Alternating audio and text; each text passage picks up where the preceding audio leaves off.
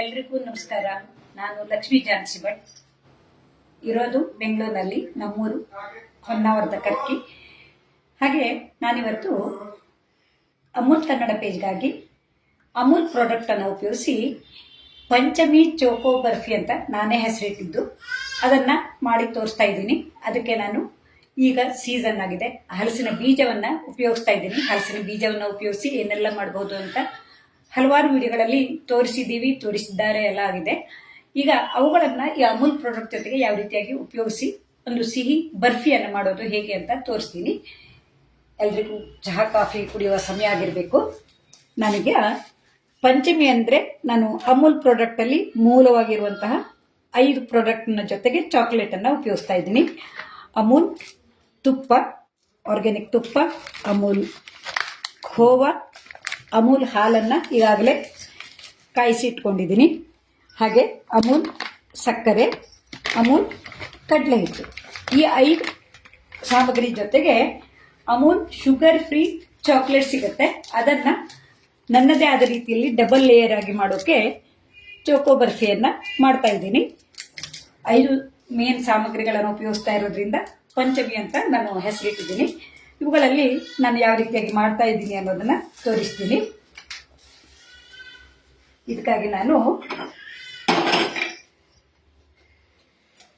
ಸಾಧಾರಣ 1 ಲೋಟ ಆಗುವಷ್ಟು ಇವೆಲ್ಲ ತಗೊಂಡಿದ್ದೀನಿ.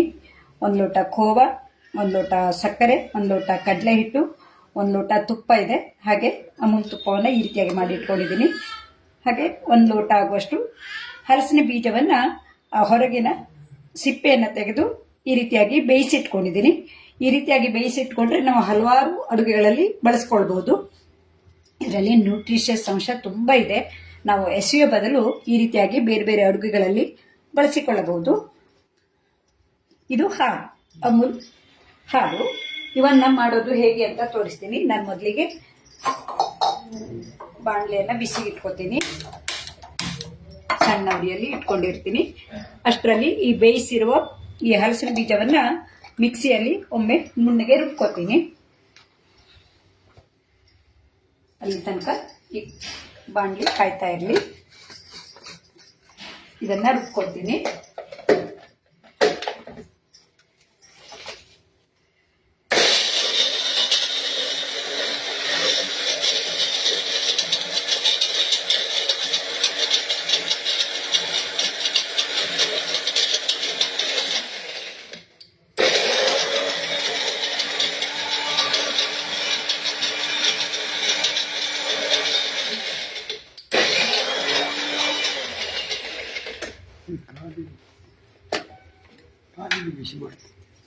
ಅದು ಬಿಸಿ ಆಗಲಿ. ಅದು ಇದರಲ್ಲಿ ನಾನು ಗಡಿಬಿಡಿಯಲ್ಲಿ ಹಲಸಿನ ಬೀಜವನ್ನು ಸ್ವಲ್ಪ ಕತ್ತರಿಸಿ ಹಾಕಿದ್ರೆ ಎಲ್ಲಾನು ನುಣ್ಣಗಾಗಿ ಬರ್ತಿತ್ತು. ಯಾವುದೋ ಒಂದು ಮಾತ್ರ ನುಣ್ಣಗಾಗಿ ಬಂದಿಲ್ಲ.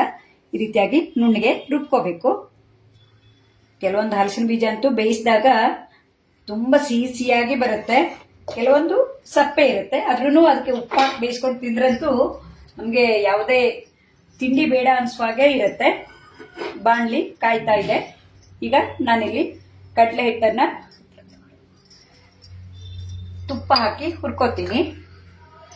ನಾನಿಲ್ಲಿ ಸಾಧಾರಣ ಸಮ ಪ್ರಮಾಣದಲ್ಲಿ ತುಪ್ಪವನ್ನು ತಗೊಳ್ತಾ ಇದ್ದೀನಿ.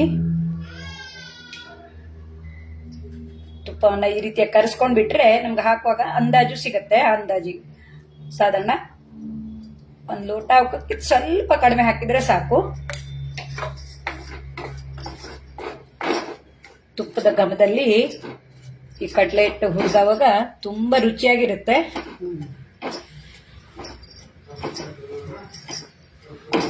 ಸಣ್ಣ ಉರಿಯಲ್ಲಿ ಮಾಡ್ಕೋಬೇಕು, ಯಾಕೆಂದ್ರೆ ಕಡಲೆ ಹಿಟ್ಟು ಬೇಗನೆ ತಳ ಹಿಡಿಯುವ ಸಂಭವ ಇರುತ್ತೆ. ಹಾಗಾಗಿ ಸಣ್ಣ ಉರಿಯಲ್ಲಿ ಈ ಸಾಮಗ್ರಿಗಳನ್ನ ಹುರಿಬೇಕು. ಮೊದಲಿಗೆ ನಮಗೆ ಈ ರೀತಿ ದಪ್ಪನಾಗಿ ಕಂಡ್ರು ಹುರಿತಾ ತೆಳ್ಳಗಾಗಿ ಬರುತ್ತೆ.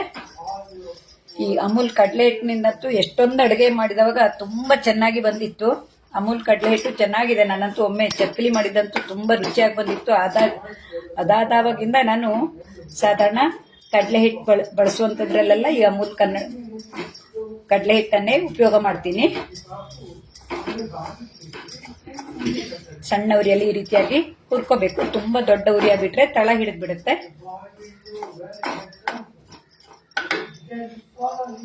ಮೊದಲೇ ಹೇಳಿದಾಗೆ ಒಮ್ಮೆ ಉಂಡೆ ಆದಂಗೆ ಕಂಡ್ರು ಹುರಿತಾ ಹುರಿತಾ ಅದು ತೆಳುವಾಗ್ತಾ ಹೋಗುತ್ತೆ. ಕಡಲೆ ಹಿಟ್ಟು ಹುರಿತಾ ಬಂದಂಗೆ ಮೊದಲೇ ಹೇಳಿದಾಗೆ ಹಲಸಿನ ಬೀಜದಲ್ಲಿ ನಾವು ಎಷ್ಟೊಂದು ಸಿಹಿ ಅಷ್ಟೇ ಅಲ್ಲದೆ ಅಂಬೊಡೆ ತರ, ಬೋಂಡ, ಚಕ್ಕಲಿ, ನಿಪ್ಪಟ್ಟು ಯಾವ್ದು ರೀತಿ ಬೇಕಿದ್ರೂ ಮಾಡಬಹುದು. ಐಸ್ ಕ್ರೀಮ್ ಮಾಡಬಹುದು. ಅಡುಗೆಗಳಲ್ಲಂತೂ ಸಾಂಬಾರ್ ಪಲ್ಯಕ್ಕೆಲ್ಲ ಉಪಯೋಗಿಸೋದಾಯ್ತು, ಗೊಜ್ಜು ಇತ್ಯಾದಿಗಳನ್ನು ಮಾಡ್ತೀವಿ. ಅದ್ರ ಜೊತೆಗೆ ಈ ಅಮೂಲ್ ಪ್ರಾಡಕ್ಟ್ ಸೇರ್ಬಿಟ್ರಂತೂ ಇನ್ನೂ ಚೆನ್ನಾಗಿರುತ್ತೆ. ನೀವು ಏನಾದ್ರೂ ಮಾಡೋದಿದ್ರೆ ಹಂಚ್ಕೊಳ್ಳಿ ಕಮೆಂಟ್ನಲ್ಲಿ. ಲೈವ್ ಯಾರಾದ್ರೂ ಬಂದಿದ್ದೀರೆ ಕಮೆಂಟ್ ಮೂಲಕ ಹೇಳಿ. ಯಾಕೆಂದ್ರೆ ಕಮೆಂಟ್ ಹಾಕಿದ್ರೆ ಮಾತ್ರ ನೀವು ಯಾರು ನೋಡ್ತಾ ಇರೋದು ಅಂತ ಗೊತ್ತಾಗತ್ತೆ. ಒಮ್ಮೆ ಲೈವ್ ಅಲ್ಲಿ ಬಂದಿಲ್ಲ ಅಂದ್ರೆ ಆಮೇಲೂ ನೋಡಿ ಕಮೆಂಟ್ ಹಾಕೋದು. ಈಗಾಗಲೇ ನಾನಂತೂ ಒಂದು 20-25 ರೀತಿ ಅಡುಗೆಗಳನ್ನ ಲೈವ್ ಅಲ್ಲಿ ಮಾಡಿ ತೋರಿಸಿದ್ದೀನಿ. ಲೈವ್ ಮಾಡೋದು ಅಂದ್ರೆ ಒಂದು ಹೊಸ ಅನುಭವ. ಯಾಕೆಂದ್ರೆ ನಾವು ದಿನನಿತ್ಯ ಅಡುಗೆ ಮಾಡ್ತೀವಿ, ಅದಕ್ಕೆ ಉಪ್ಪು ಹುಳಿ ಖಾರ ಎಲ್ಲ ಸರಿಯಾಗಿದೆಯಾ ಇಲ್ವಾ ಅಂತಲೇ ರುಚಿ ನೋಡ್ತಾ ಮಾಡ್ತೀವಿ, ಅಥವಾ ಒಮ್ಮೆ ಕೆಲಸ ಬಿಟ್ಟು ಮಾಡ್ತೀವಿ. ನಿರಂತರವಾಗಿ ಮಾಡಿ ತೋರಿಸೋದು ನೋಡಿ.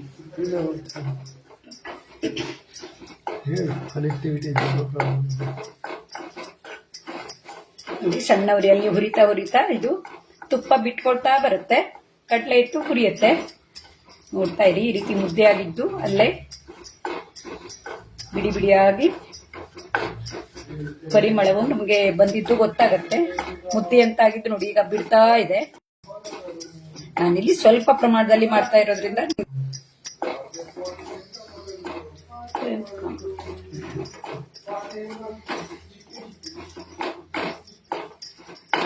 ಅಡುಗೆ ಮಾಡುವಾಗ ಸಮಾಧಾನ ಮತ್ತೆ ಸಾವಕಾಶವೇ ಪ್ರಧಾನವಾಗಿರುತ್ತೆ. ಮತ್ತೆ ಒಳ್ಳೆ ಮನಸ್ಸಿನಿಂದ ಅಡುಗೆಯನ್ನ ಮಾಡಬೇಕು. ಮೊದಲೆಲ್ಲ ಹಿರಿಯರು ನೀವು ಗೊತ್ತಿರಬೇಕು, ನಮ್ಮ ಅಜ್ಜ, ಅತ್ತೆ ಅಮ್ಮ ಅವರೆಲ್ಲ ಏನ್ ಮಾಡ್ತಿದ್ರು ಅಂದ್ರೆ ತಾಳ್ಮೆಯಿಂದ ದೇವ್ರ ನಾಮವನ್ನ ಮಾಡ್ತಾ ಅಡುಗೆ ಮಾಡ್ತಿದ್ರು. ನಾವೀಗವಾಗ ಮೊಬೈಲ್ ನಲ್ಲಿ ಯಾವುದೋ ಹಾಡು ಕೇಳ್ತಾ ಅಡುಗೆ ಮಾಡ್ತೀವಿ. ಅದು ಸರಿಯಾದ ಕ್ರಮ ಅಲ್ಲ. ದೇವ್ರ ನಾಮವನ್ನ ನಾವು ಮೊಬೈಲ್ ನಲ್ಲಿ ಕೇಳ್ತಾ ಮಾಡಬಹುದು. ಯಾವುದೇ ಸಿನಿಮಾ ಪದ್ಯ ಆಗಲಿ ಅಥವಾ ಯಾವುದೇ ಡಾನ್ಸ್ ಹಾಡು ಇದನ್ನೆಲ್ಲ ಕೇಳೋದು ನನ್ನ ರೀತಿಯಲ್ಲಿ ಸರಿಯಲ್ಲ ಅನ್ಸುತ್ತೆ. ಯಾಕೆಂದ್ರೆ ನಾವು ಸೇವಿಸುವ ಆಹಾರ ಒಂದು ಪವಿತ್ರವಾದ ಕೆಲಸ ಆಗಿರುತ್ತೆ. ಯಾಕೆಂದ್ರೆ ನಮ್ಮ ಶರೀರದ ಬೆಳವಣಿಗೆಗೆ ಅಂತಲೇ ಹೇಳ್ಬೇಕು, ಅಥವಾ ಶರೀರದ ಹಸಿವಿಗನ್ನ ತಣಿಸೋಕೆ ನಾವು ಅಡುಗೆಯನ್ನ ಮಾಡೋದು. ನೋಡಿ, ಕಡಲೆ ಹಿಟ್ಟು ಹುರಿತಾ ಹುರಿತಾ ಈ ರೀತಿಯಾಗಿ ಬಿಡಿ ಬಿಡಿಯಾಗಿ ಬಣ್ಣ ಬದಲಾಗ್ತಾ ಬರುವಾಗ ನಾನಿಲ್ಲಿ ಸಕ್ಕರೆ ಮತ್ತು ಹಾಲನ್ನ ಹಾಕ್ತೀನಿ. ಮುದ್ದೆ ಅಂತಾಗಿದ್ದು ತುಪ್ಪ ಜಾಸ್ತಿ ಹಾಕಿದಾಗ ಮಾತ್ರ ಈ ರೀತಿಯಾಗಿ ಬರುತ್ತೆ. ತುಪ್ಪ ಕಡಿಮೆ ಹಾಕಿದಾಗ ಉದುರಾಗಿ ನಾವು ಗೋಧಿ ಹಿಟ್ಟು ಇತ್ಯಾದಿಗಳನ್ನ ಹುರಿತೀವಲ್ಲ, ರವಾ ಉಪ್ಪಿಟ್ಟೆಲ್ಲ ಮಾಡುವಾಗ ಆ ರೀತಿಯಾಗಿರುತ್ತೆ. ಜಾಸ್ತಿ ಇರುವಾಗ ಮಾತ್ರ ಈ ರೀತಿ ಮುದ್ದೆ ಅಂತಾಗಿ ಬಂದು ಆಮೇಲೆ ತೆಳುವಾಗ್ತಾ ಹೋಗುತ್ತೆ. ಕಡಲೆ ಹಿಟ್ಟಿನ ಹುರಿದ ಘಮ ಬಂದ ನಂತರ ಅದಕ್ಕೆ ಸಕ್ಕರೆ ಮತ್ತು ಹಾಲನ್ನು ಹಾಕಿ ನಾವು ಬೇಯಿಸ್ಕೋಬೇಕಾಗತ್ತೆ.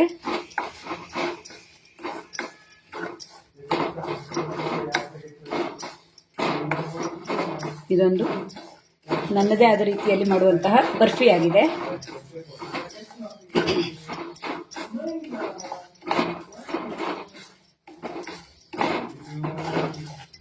ತೆಳುವಾಗ್ತಾ ಘಮನೂ ಬರುತ್ತೆ, ಬಣ್ಣನೂ ಸ್ವಲ್ಪ ಬದಲಾಗ್ತಾ ಹೋಗುತ್ತೆ.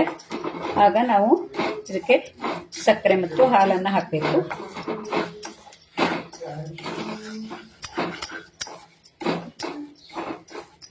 ನನಗೆ ಇಲ್ಲಿ ಪರಿಮಳ ಬರೋಕೆ ಶುರುವಾಗಿದೆ. ಈಗ ನಾನು ಇದಕ್ಕೆ ಸಕ್ಕರೆ ಮತ್ತು ಹಾಲನ್ನು ಸೇರಿಸ್ತೀನಿ. ಇಲ್ಲವಾದಲ್ಲಿ ಹಸಿ ಕಡಲೆ ಹಿಟ್ಟಿನ ವಾಸನೆ ಬರುತ್ತೆ. ಕಡಲೆ ಹಿಟ್ಟು ಚೆನ್ನಾಗಿ ಹುರಿಬೇಕಾಗತ್ತೆ. ನೋಡಿ, ಈ ರೀತಿ ನೀರಾಗಿ ಬಂದು ಪರಿಮಳನು ಬರ್ತಾ ಹೋಗುತ್ತೆ. ಇಲ್ಲಿ ಗೂಡಾಗ್ತಾ ಬರುತ್ತೆ. ಮತ್ತೆ ಹುರಿದು ನಾವು ಹದ ನೋಡೋದು ಅಂದ್ರೆ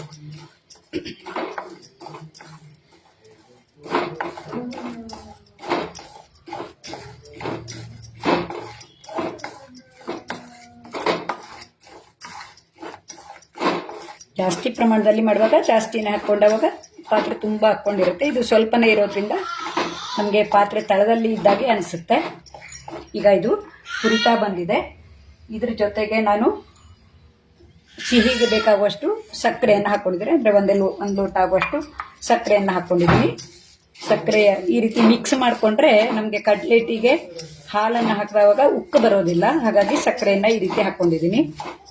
ಈಗ ಸಾಧಾರಣ ಇದು ಬೇಯೋಕ್ಕೂ ಆಗುತ್ತೆ, ರುಚಿನೂ ಇರುತ್ತೆ. ನೋಡಿ, ಈ ರೀತಿ ಮಾಡಿಕೊಂಡ್ರೆ ಕಡಲೆ ಹಿಟ್ಟು ಉಕ್ಕಿ ಬರೋದಿಲ್ಲ. ಯಾವುದೇ ಹುರಿದ ಸಾಮಗ್ರಿಗೆ ನಾವು ನೀರಿನ ಅಂಶವನ್ನು ಹಾಕಿದಾಗ ಉಕ್ಕಿ ಬರುವ ಸಂಭವ ಇರುತ್ತೆ. ನೋಡಿ, ಈ ರೀತಿ ಸ್ವಲ್ಪ ಸ್ವಲ್ಪವೇ ಹಾಕ್ತಾ ನಾವು ಕೈ ಆಡಿಸ್ಕೋಬೇಕು.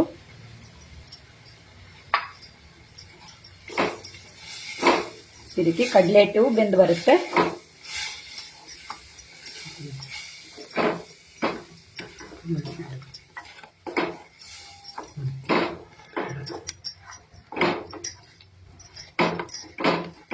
ಇದನ್ನೆಲ್ಲ ಸಣ್ಣ ಉರಿಯಲ್ಲಿ ಮಾಡ್ಕೋಬೇಕು.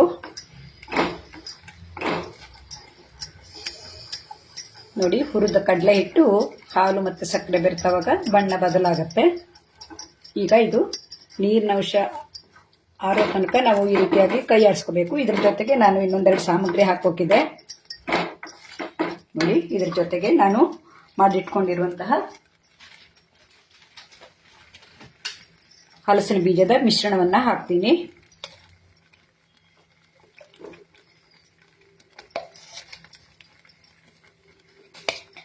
ನಾವು ಎಷ್ಟು ಪ್ರಮಾಣದಲ್ಲಿ ಕಡಲೆ ಹಿಟ್ಟು ಹಾಕಿರ್ತೀವೋ ಸಾಧಾರಣ ಅಷ್ಟೇ ಪ್ರಮಾಣದಲ್ಲಿ ಹಾಕಿದರೆ ಸಾಕಾಗತ್ತೆ.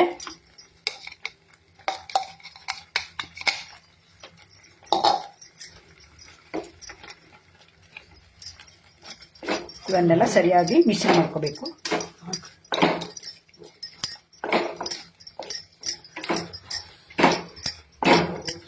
ಮಧ್ಯ ಮಧ್ಯ ಈ ಹಲಸಿನ ಬೀಜದ ಹೋಳು ಬಂದರೂ ಪರವಾಗಿಲ್ಲ, ಯಾಕೆಂದ್ರೆ ಹಲಸಿನ ಬೀಜ ಚೆನ್ನಾಗಿ ಬೆಂದಿದೆ. ಹಾಗಾಗಿ ಹೋಳಿದ್ರೂ ಪರವಾಗಿಲ್ಲ. ನಾವು ಡ್ರೈ ಫ್ರೂಟ್ಸ್ ಹಾಕೋ ಬದಲಿಗೆ ಈ ಹಲಸಿನ ಬೀಜದ ಮಿಶ್ರಣವೇ ನಮಗೆ ತಿನ್ನೋಕ್ಕೆ ಸಿಕ್ಕರೂ ಚೆನ್ನಾಗಿರುತ್ತೆ.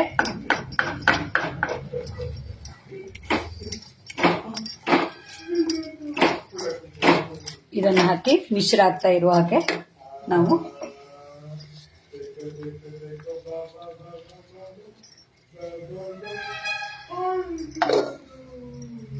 ಈ ಖೋವಾವನ್ನು ಹಾಕೋಬೇಕು. ಖೋವಾವನ್ನು ನಾನಿಲ್ಲಿ ಸಣ್ಣ ಚೂರುಗಳಾಗುವಂತೆ ಮಾಡಿಟ್ಕೊಂಡಿದ್ದೀನಿ. ಖೋವಾ ಹಾಕಿದಾಗ ರುಚಿ ಜಾಸ್ತಿ ಆಗತ್ತೆ, ಯಾಕೆಂದರೆ ಇದು ಹಾಲಿನಿಂದ ಮಾಡಿದಂತಹ ಖೋವಾ ಆಗಿರೋದ್ರಿಂದ ಬರ್ಫಿ ಮಾಡುವಾಗ ಖೋವಾ ಹಾಕಿದಾಗ ರುಚಿ ಇನ್ನೂ ಹೆಚ್ಚಿಗೆ ಆಗಿಬರುತ್ತೆ. ಎಲ್ಲ ಮಿಶ್ರ ಆಗೋ ಹಾಗೆ ಒಮ್ಮೆ ಮಾಡ್ಕೋಬೇಕು.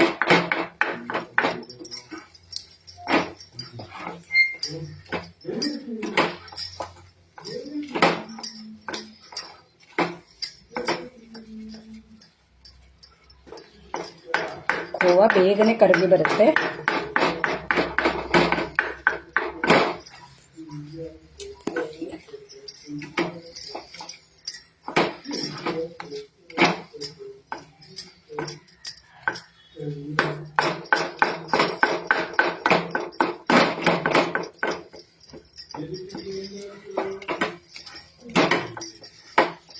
ಇದೇ ಮಿಶ್ರಣದಿಂದ ನಾವು ಮುದ್ದೆಯಂತೆ ಮಾಡಿಕೊಂಡು ಹೋಳಿಗೆಯನ್ನು ಮಾಡ್ಕೋಬಹುದು.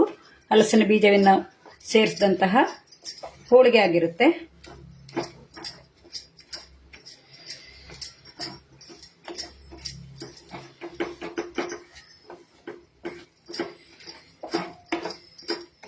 ನೋಡಿ, ಖೋವಾ ಎಲ್ಲ ಕರಗ್ತಾ ಬರ್ತಾ ಇದೆ. ಬಿಸಿಗೆ ತನ್ನಷ್ಟಕ್ಕೆ ಅಲ್ಲೇ ಮೆಲ್ಟ್ ಆಗ್ತಾ ಹೋಗುತ್ತೆ.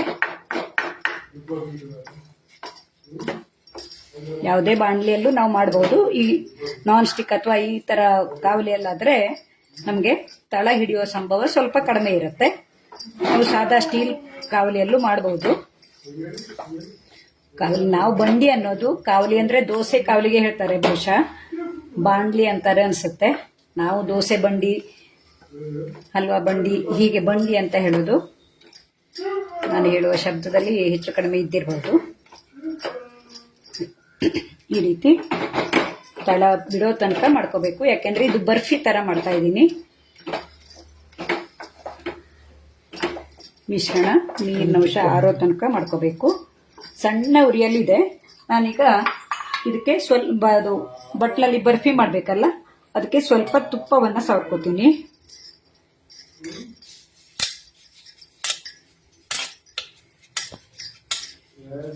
ತುಪ್ಪವನ್ನು ಪ್ಯಾಕೆಟಿಂದ ಒಂದು ಪಾತ್ರೆಗೆ ಹಾಕಿಟ್ಕೊಂಡ್ರೆ ತಳ ನೀರಾಗಿಟ್ಕೊಂಡ್ರೆ ಹಾಕುವಾಗ ಖುಷಿಯಾಗಿರುತ್ತೆ. ನೋಡಿ, ಇದಕ್ಕೆ ಇನ್ನೊಂದು ಸ್ವಲ್ಪ ಪರಿಮಳಕ್ಕೆ ತುಪ್ಪವನ್ನು ಹಾಕೋತೀನಿ. ಈಗಾಗಲೇ ನಾನು ಹಾಕಿದ್ದೀನಿ, ಸಾಧಾರಣ 1 ಲೋಟ ಆಗುವಷ್ಟ ಹಾಕಿದ್ದೀನಿ. ಸರಿ, ತುಪ್ಪ ಜಾಸ್ತಿ ಆದಂಗೆ ರುಚಿ ಜಾಸ್ತಿ ಆಗ್ತಾ ಹೋಗುತ್ತೆ. ನೋಡಿ, ತಳ ಬಿಡ್ತಾ ಬರಬೇಕು, ಮುದ್ದೆ ಅಂತ ಆಗಬೇಕು. ನಾನಿಲ್ಲಿ 2 ರೀತಿಯ ಲೇಯರ್ ಮಾಡೋಣ ಅಂತೇಳಿ ಈಗ ಆ ಚಾಕ್ಲೇಟ್ ಮಿಶ್ರಣವನ್ನ ಹಾಕಿಲ್ಲ. ಇದು ಹಿಂಗೆ ಆಗ್ತಾ ಇರಲಿ. ನಾನಿಲ್ಲಿ ಈ ಚಾಕ್ಲೇಟ್ ಇದೆಯಲ್ಲ, ಇದು ನೋಡಿ ಅಮೂಲ್ ಅವರ ಡಾರ್ಕ್ ಚಾಕ್ಲೇಟ್, ಶುಗರ್ ಫ್ರೀ, ಅಂದರೆ ಡಯಾಬಿಟಿಸ್ ಪೇಷಂಟ್ಸು ತಿನ್ನುವಂತಹ ಚಾಕ್ಲೇಟ್ ಆಗಿದೆ. ಇದನ್ನು ನಾನು ಇದರಲ್ಲಿರುವಾಗಲೇ ಸ್ವಲ್ಪ ಚೂರು ಮಾಡ್ಕೋತೀನಿ. ಯಾಕೆ ಇದನ್ನು ಅದಕ್ಕೆ ಹಾಕಿ ಮೆಲ್ಟ್ ಮಾಡಬೇಕಾಗತ್ತೆ. ಆಮೇಲೆ ಕೈಯಲ್ಲಿ ಚೂರು ಮಾಡೋ ಬದಲಿಗೆ ನಾವು ಪ್ಯಾಕೆಟ್ನಲ್ಲಿರುವಾಗಲೇ ಈ ರೀತಿ ಸಣ್ಣ ಸಣ್ಣ ಚೂರುಗಳನ್ನು ಮಾಡಿಕೊಂಡ್ರೆ ಕೈಗೂ ಅಂಟ್ಕೊಳ್ಳಲ್ಲ.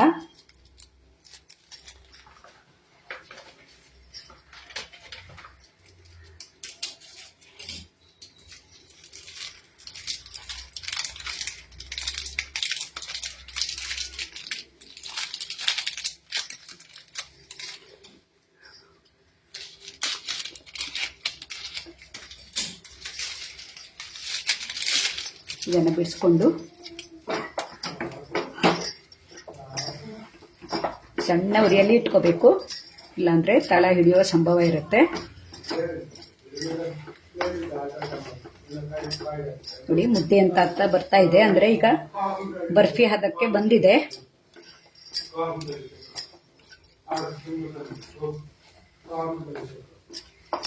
ತಳ ಬಿಡ್ತಾ ಬಂದ್ರೆ ಬರ್ಫಿ ಹದಕ್ಕೆ ಬಂದಿದೆ ಅಂತ ಅರ್ಥ. ಒಮ್ಮೆ ಉರಿಯನ್ನ ಆರಿಸಿಟ್ಕೋತೀನಿ ಬೇಕಿದ್ರೆ, ಯಾಕೆಂದ್ರೆ ನಾನು ಚಾಕ್ಲೇಟ್ ಮಿಶ್ರಣವನ್ನ ಚೂರ್ ಮಾಡ್ಕೊಂಡಿಲ್ಲ. ಇದನ್ನ 2 ಪಾಲ್ ಮಾಡಿ ಹಾಕ್ಬೇಕಾಗತ್ತೆ. ಇದು ತಳ ಬಿಡ್ತಾ ಬರಲಿ. ಸ್ವಲ್ಪ ಮಿಶ್ರಣವನ್ನ ಹಾಗೆ ಹಾಕ್ತೀನಿ. ಇನ್ನೊಂದು ಮಿಶ್ರಣಕ್ಕೆ ಈ ಚಾಕ್ಲೇಟ್ ಚೂರುಗಳನ್ನ ಹಾಕಿ ಮೆಲ್ಟ್ ಆದ ನಂತರ ಅದ್ರ ಮೇಲೆ ಇನ್ನೊಂದು ಲೇಯರ್ ಅನ್ನ ಹಾಕ್ತೀನಿ. ಅವಾಗ ನೋಡೋಕ್ಕೂ ಚೆನ್ನಾಗಿರುತ್ತೆ. 2 ಫ್ಲೇವರ್ನ ಬರ್ಫಿ ಆಗಿರುತ್ತೆ. ಸಾದಾ ಫ್ಲೇವರ್ದೊಂದು ಮತ್ತೆ ಚಾಕ್ಲೇಟ್ ಫ್ಲೇವರ್ದೊಂದು ಬರ್ಫಿ ಆಗುತ್ತೆ. ಇದಕ್ಕೆ ಅಮೂಲ್ ಸಾಮಗ್ರಿಗಳಲ್ಲಿ ಮೇನ್ ಸಾಮಗ್ರಿ 5 ಹಾಕಿ ಈ ಚಾಕೊಲೇಟ್ ಅನ್ನು ಹಾಕಿರೋದ್ರಿಂದ ಪಂಚಮಿ ಚೋಕೋ ಬರ್ಫಿ ಅಂತ ಹೆಸರಿಟ್ಟಿದ್ದೀನಿ. ಈಗ ಇದು ಬರ್ಫಿ ಹದಕ್ಕೆ ಬಂದಿದೆ. ನಾನು ಒಂದ್ಸಲ ಉರಿ ಆರಿಸ್ಕೊತೀನಿ. ಇದರಲ್ಲಿ ಸ್ವಲ್ಪ ಮಿಶ್ರಣವನ್ನ ಈ ತುಪ್ಪ ಸವರದ ಪ್ಲೇಟಿಗೆ ಹಾಕೋತೀನಿ. ಯಾಕೆಂದ್ರೆ ಇದು ಸಾದಾ ಮಿಶ್ರಣವಾಗಿರುತ್ತೆ. 1 ಲೇಯರ್ ಆಗುವಷ್ಟು ಹಾಕೊಂಡು ನಮಗೆ ಎಷ್ಟು ದಪ್ಪನಾಗಬೇಕೋ ಅಷ್ಟು ದಪ್ಪನಾಗಿ ಆಗೋಕೆ ಈ ರೀತಿಯಾಗಿ ಹರಡ್ಕೋಬೇಕು.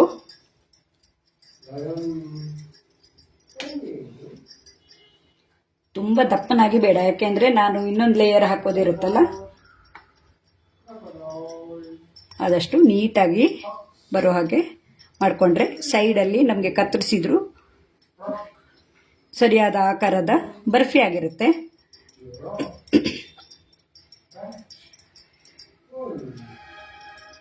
ನೋಡಿ, ಈ ರೀತಿ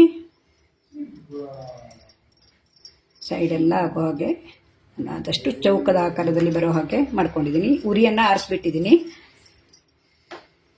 ಇದು ನೋಡಿ, ಹೀಗೆ ಕೈಲೇ ತಟ್ಟಿದ್ರು ನಮಗೆ ಕೈಗೆ ಅಂಟೋದಿಲ್ಲ, ಯಾಕೆಂದ್ರೆ ಬರ್ಫಿ ಆಗ್ತಾ ಇದೆ. ಇದು ಆರ್ಬೇಕಾಗತ್ತೆ. ನಾನು ಲೈವಲ್ಲೇ ಎಲ್ಲವನ್ನು ತೋರಿಸೋಣ ಅಂತೇಳಿ ಮತ್ತೆ ಮಾಡಿಟ್ಟಿಲ್ಲ, ಇದನ್ನೇ ತೋರಿಸ್ತಾ ಇದ್ದೀನಿ. ನೋಡಿ, ಕೈಗೆ ಅಂಟ್ತಾ ಇಲ್ಲ. ಇದು ಈಗ ಆಗ್ತಾ ಇರಲಿ. ಇದ್ರ ಜೊತೆಗೆ ನಾನಿಲ್ಲಿ ಈ ಶುಗರ್ ಫ್ರೀ ಅಮೂಲ್ ಚಾಕ್ಲೇಟ್ ಇದೆಯಲ್ಲ, ಇದರ ಚೂರುಗಳನ್ನು ಹಾಕ್ತೀನಿ. ಆಗ ಚಾಕ್ಲೇಟ್ ಫ್ಲೇವರು ಬರುತ್ತೆ. ಹಾಗೆ ಚಾಕ್ಲೇಟನ್ನು ಹಾಗೆ ತಿನ್ನೋ ಬದಲಿಗೆ ಈ ರೀತಿಯಾಗಿ ಹಾಕ್ಕೊಂಡ್ರೆ ಚೆನ್ನಾಗಿರುತ್ತೆ. ಇದು ಶುಗರ್ ಫ್ರೀ ಡಾರ್ಕ್ ಚಾಕ್ಲೇಟ್ ಆಗಿದೆ. ತುಂಬ ರೀತಿಯ ಚಾಕ್ಲೇಟ್ ಇದೆ ಅಮೂಲ್ದು. ನಿಮಗೆ ಬೇಕಾಗಿರುವಂತಹ ಚಾಕ್ಲೇಟನ್ನು ತಕ್ಕೋಬಹುದು. ನಾನಿಲ್ಲಿ 1 ಚಾಕ್ಲೇಟನ್ನು ಹಾಗೆ ತಿನ್ನೋಕೆ ಅಂತ ಇಟ್ಕೋತೀನಿ. ಅವಷ್ಟನ್ನೇ ಹಾಕ್ತೀನಿ.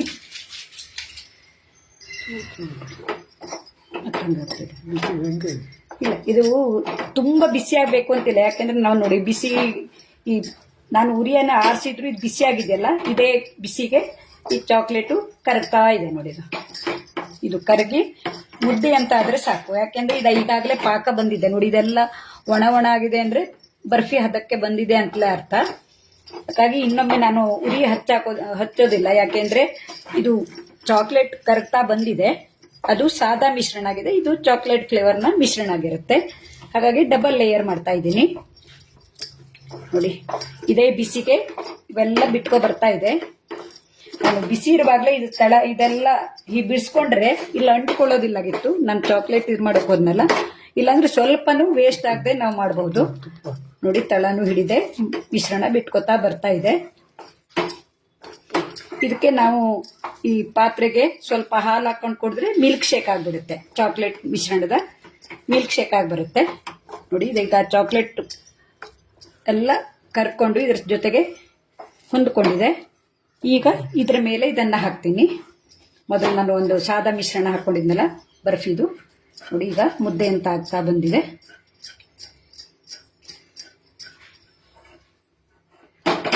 ಈ ಮಿಶ್ರಣವನ್ನ ಇದರ ಮೇಲೆ ಹಾಕ್ತಾ ಇದ್ದೀನಿ. ಇದು ಸಾದಾ ಮಿಶ್ರಣ, ಇದರ ಮೇಲೆ ಈ ಚಾಕ್ಲೇಟ್ ಮಿಶ್ರಣ ಡಬಲ್ ಲೇಯರ್ ಆಗಿ ಹೊಂದ್ಕೊಳ್ಳುತ್ತೆ. ಬಿಸಿ ಇರುವಾಗಲೇ ಹಾಕಬೇಕು. ತುಂಬ ಆರಿದ ಮೇಲೆ ಹಾಕಿದರೆ ಒಂದಕ್ಕೊಂದು ಹೊಂದ್ಕೊಳ್ಳದೆ ಲೇಯರ್ ಬಿಟ್ಕೊಂಡು ಬಂದ್ಬಿಡುತ್ತೆ. ಇದನ್ನ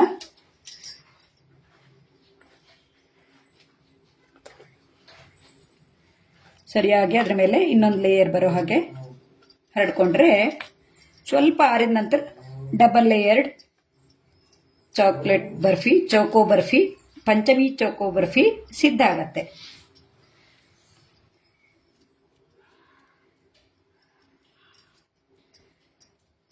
ಈ ರೀತಿ ಈ ಮೊದಲನೇ ಲೇಯರ್ ಮೇಲೆ ಎರಡನೇ ಲೇಯರು ಸಮನಾಗಿ ಹರಡ್ಕೋಬೇಕು. ಆವಾಗ ಎರಡು ಲೇಯರ್ ಸರಿಯಾಗಿ ಹೊಂದ್ಕೊಂಡು ಬರುತ್ತೆ. ನಾವು ಇದರಲ್ಲಿ ಇನ್ನೂ ಒಂದು ರೀತಿನೂ ಮಾಡ್ಬೋದು. ಇದರಲ್ಲೇ ಇನ್ನೊಂದು ಇಟ್ಕೊಂಡು ಇನ್ನೂ ಸ್ವಲ್ಪ ಇಟ್ಕೊಂಡು 3 ಲೇಯರ್ 4 ಲೇಯರ್ ಬೇಕಿದ್ರೆ ಮಾಡ್ಕೋಬಹುದು. ನಾನಿಲ್ಲಿ 2 ಲೇಯರ್ ಅಷ್ಟೇ ಮಾಡ್ಕೊಂಡಿದ್ದೀನಿ. ಆಗ ನಮಗೆ ಹೊರಗಡೆಯಿಂದ ತಂದಿರುವಂತಹ ಬರ್ಫಿ ಹಾಗೆ ಇರುತ್ತೆ. ನೀವು ಹೋಟೆಲ್ನಲ್ಲಿ ಎಲ್ಲಾದರೂ ನಾವು ಬೇಕರಿಯಿಂದ ಎಲ್ಲ ತಂದಾಗ ಡಬಲ್ ಲೇಯರ್, ಟ್ರಿಬಲ್ ಲೇಯರ್ ಎಲ್ಲ ಇರುವಂತಹ ಬರ್ಫಿಯನ್ನು ನೋಡಿರ್ತೀವಿ. ಅದನ್ನು ನಾವು ಮನೆಯಲ್ಲಿ ಇದೇ ರೀತಿಯಾಗಿ ಹೆಚ್ಚಿನ ಖರ್ಚಿಲ್ಲದೆ ಮಾಡುವಂಥ ತಿಂಡಿಯಾಗಿರುತ್ತೆ. ಇದನ್ನು 5 ಲೇಯರ್ ಮಾಡಿದ್ರೆ ಪಂಚಮಿ ಹೇಳುವಂಥದ್ದು ಇನ್ನೂ ಸರಿಯಾದ ಹೊಂದಾಣಿಕೆಯ ಹೆಸರಾಗುತ್ತೆ. ಅಷ್ಟೊಂದು ಸಮಯ ಇರಲಿಲ್ಲ, ಹಾಗಾಗಿ ನಾನು 2 ಲೇಯರನ್ನು ಮಾಡಿದ್ದೀನಿ.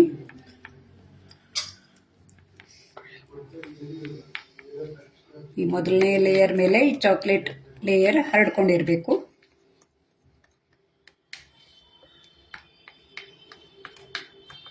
ನಾವು ಖೋವಾವನ್ನು ಹಾಕಿರೋದ್ರಿಂದ ಸ್ವಲ್ಪ ಮೆದುವಾಗಿರುತ್ತೆ. ಆರಿದ ಮೇಲೆ ಚೆನ್ನಾಗಿ ಬರುತ್ತೆ.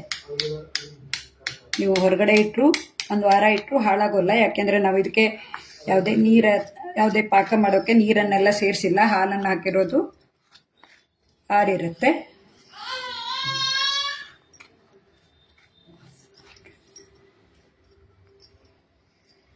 ಈಗ ಇದು ಸಮನಾಗಿ ಹರಡ್ಕೊಂಡಿದೆ. ಇದನ್ನೆಲ್ಲ ನಾನು ಆಮೇಲೆ ಸ್ವಲ್ಪ ಬಿಸಿ ಇರುವಾಗ ಈ ರೀತಿ ಮಾಡಿಬಿಟ್ರೆ ಅಷ್ಟು ಬಿಟ್ಕೊಂಡು ಬಂದ್ಬಿಡುತ್ತೆ. ಒಂದು ಸ್ವಲ್ಪನೂ ವೇಸ್ಟ್ ಆಗೋಲ್ಲ. ಈ ರೀತಿ ನಾವು ಸ್ವಲ್ಪ ಬಿಸಿ ಮಾಡ್ಕೊಂಡು ಈ ರೀತಿ ಸೌಟ್ನಿಂದ ಮಾಡಿಬಿಟ್ರೆ ಚೆನ್ನಾಗಿ ಬಿಟ್ಕೊ ಬರುತ್ತೆ. ನೋಡಬೇಕಿದ್ರೆ ನಾವು ಈ ರೀತಿ ಕೈಯಿಂದನೂ ತಟ್ಕೋಬಹುದು.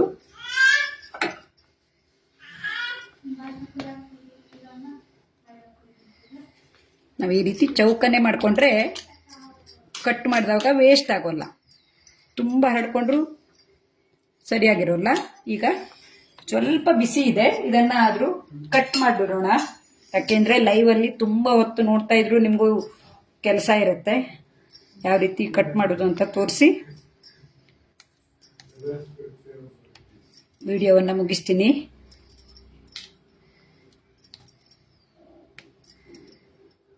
ಬಿಸಿ ಆರಿದ ಮೇಲೆ ಇದು ಮೃದುವಾದ ಬರ್ಫಿ ಆಗಿರುತ್ತೆ. ಹಲಸಿನ ಬೀಜನೂ ಸೇರಿಸಿರ್ತೀವಿ, ಮತ್ತು ಖೋವಾ, ಕಡಲೆ ಹಿಟ್ಟು, ಸಕ್ಕರೆ, ಚಾಕ್ಲೇಟ್ ಇರುವಂಥದ್ದು ಚಾಕೋ ಬರ್ಫಿ ಅಂತ, ಅಂದರೆ ಫ್ಲೇವರ್ದು. ಇಲ್ಲಾಂದರೆ ಅವೆಲ್ಲ ಮಿಶ್ರಣ ಇರುವಂತಹ ಬರ್ಫಿ ಆಗಿರುತ್ತೆ.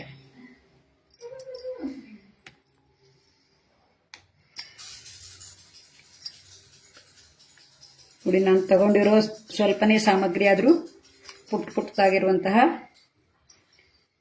ಬರ್ಫಿ ಇಷ್ಟೊಂದಾಗಿದೆ ನೋಡಿ, ಈ ರೀತಿ ಆಗಿದೆ. ಈಗ ನಾನಿಲ್ಲಿ ಒಂದು ಲೇಯರನ್ನು ತೆಗೆದು ತೋರಿಸ್ತೀನಿ. ಈಗ ಸ್ವಲ್ಪ ಬಿಸಿ ಇದೆ ನೋಡಿ, ಲೇಯರು 2 ಆಗಿರೋ ಇರುತ್ತೆ ನೋಡಿ. ಇಲ್ಲಿ ಕೆಳಗಡೆ ಒಂದು ಮಿಶ್ರಣ, ಮೇಲ್ಗಡೆ ಒಂದು ಮಿಶ್ರಣ ಆಗಿರುತ್ತೆ. ಇದನ್ನು ನಾವು ಈಗ ಸ್ವಲ್ಪ ಬಿಸಿ ಇರೋದ್ರಿಂದ ಈಗ ಮೆದುವಾಗಿ ಕಾಣಿಸುತ್ತೆ. ಇದನ್ನೇ ನಾನು ತೆಗೆದು ತೋರಿಸ್ತೀನಿ. ಆರಿದ ಮೇಲಂತೂ ಇನ್ನೂ ಚೆನ್ನಾಗಿ ಕಾಣುತ್ತೆ.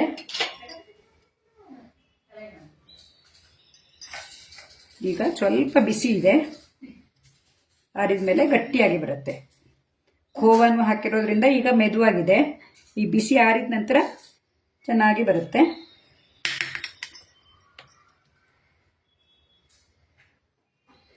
ಹದ ಸರಿಯಾಗಿ ಬಂದಿದೆ ನೋಡಿ. ಇಲ್ಲಿ ಸರಿಯಾಗಿ ಕಾಣುತ್ತಲ್ವಾ, ಒಂದಕ್ಕೊಂದಕ್ಕೂ ಹೊಂದ್ಕೊಂಡಿರುವಂಥದ್ದು.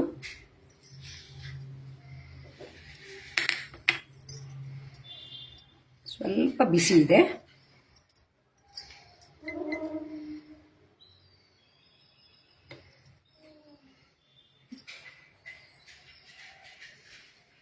ಹೀಗೆ ಸುಲಭವಾಗಿ ನಾವು ಇಂತಹ ಆರೋಗ್ಯಕರವಾದ ರುಚಿಯಾದ ಬರ್ಫಿಯನ್ನು ಮಾಡಬಹುದು.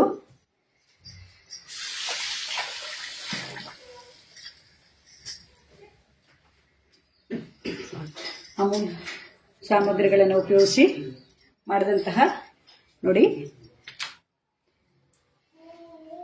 ಪಂಚಮಿ ಚೋಕೋ ಬರ್ಫಿ, ಅಂದರೆ 5 ಮೇನ್ ಸಾಮಗ್ರಿಗಳನ್ನು ಉಪಯೋಗಿಸಿ ಅಮೂಲ್ ಚಾಕ್ಲೇಟನ್ನು ಉಪಯೋಗಿಸಿ ಮಾಡಿದಂತಹ ಪಂಚಮಿ ಚೋಕೋ ಬರ್ಫಿ ಸಿದ್ಧವಾಗಿದೆ.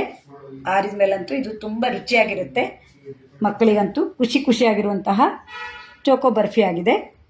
ನೀವು ಮಾಡಿ ಹೇಗೆ ಬಂತು ಹೇಳೋದನ್ನು ಮರೆಯಬೇಡಿ. ನಿಮ್ಮ ಪ್ರೋತ್ಸಾಹವೇ ಇಂತಹ ವಿಡಿಯೋ ಮಾಡೋಕ್ಕೆ ಉತ್ಸಾಹ ಕೊಡುತ್ತೆ. ಹಾಗೆ ಇದೊಂದು ಅವಕಾಶವನ್ನು ಕೊಟ್ಟಂತಹ ಅಮೂಲ್ ಕನ್ನಡ ಪೇಜ್ನ ತಂಡದ ಎಲ್ಲರಿಗೂ ಧನ್ಯವಾದಗಳನ್ನು ಅರ್ಪಿಸ್ತೀನಿ. ಮೊದಲು ಹೇಳಿದ ಹಾಗೆ ನಮ್ಮ ನೇರ ಸಂಪರ್ಕದಲ್ಲಿರುವಂತಹ ಸಮೀರ್ ಮತ್ತು ನಂದಿನಿ ಮತ್ತು ಐಶ್ವರ್ಯ ಅಂತ ಇದ್ದಾರೆ ಅಂತ ಹೇಳ್ತಿದ್ರು. ಅವರಿಗೆಲ್ಲ ನನ್ನ ಧನ್ಯವಾದವನ್ನು ಹೇಳ್ತಾ ಈ ವಿಡಿಯೋವನ್ನು ಇನ್ನು ಮುಂದೆ ನೋಡುವಂತಹ ಎಲ್ಲರಿಗೂ ಧನ್ಯವಾದವನ್ನು ಹೇಳ್ತಾ ಈ ವಿಡಿಯೋವನ್ನು ಮುಗಿಸ್ತಾ ಇದ್ದೀನಿ. Thank you.